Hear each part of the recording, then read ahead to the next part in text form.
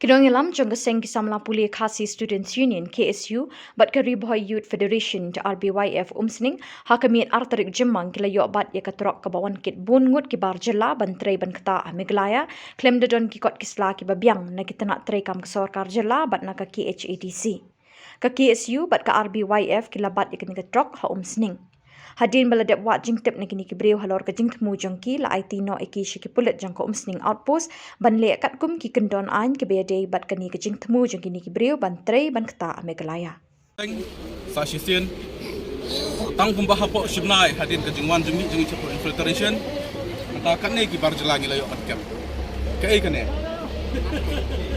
kai ka jumbat ba ta trok ke wan sapori kasi jungi de kane ka penpau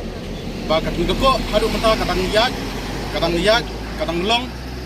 de kane mongsu bangin batai ke pida ka suntur pila ban peti kiwan sanen da ka trok kai ka jumbat Patikna halor ka jing wan lang ba katrok jong gine ki mender mo kina kliang ka RBF rengkat ka KSU layo ban bat igine hapo ka musling kane ka po bypass di ngasropat lagi paradok prasnafi para kasi hadu mentah ngine dona jing e kacai berujui kala jandu no kane belai be bidang syapat ba bidang kuat pat ba ki menderi kita wan ruk si mandruk siapa di sidong itau jungi aga jelab i jungi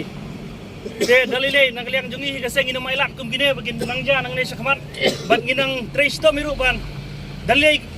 kinumdan kum gine ki bat nangit skamru ba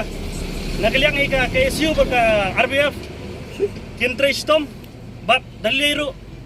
ginamla ban tolerat ikum gine jatkam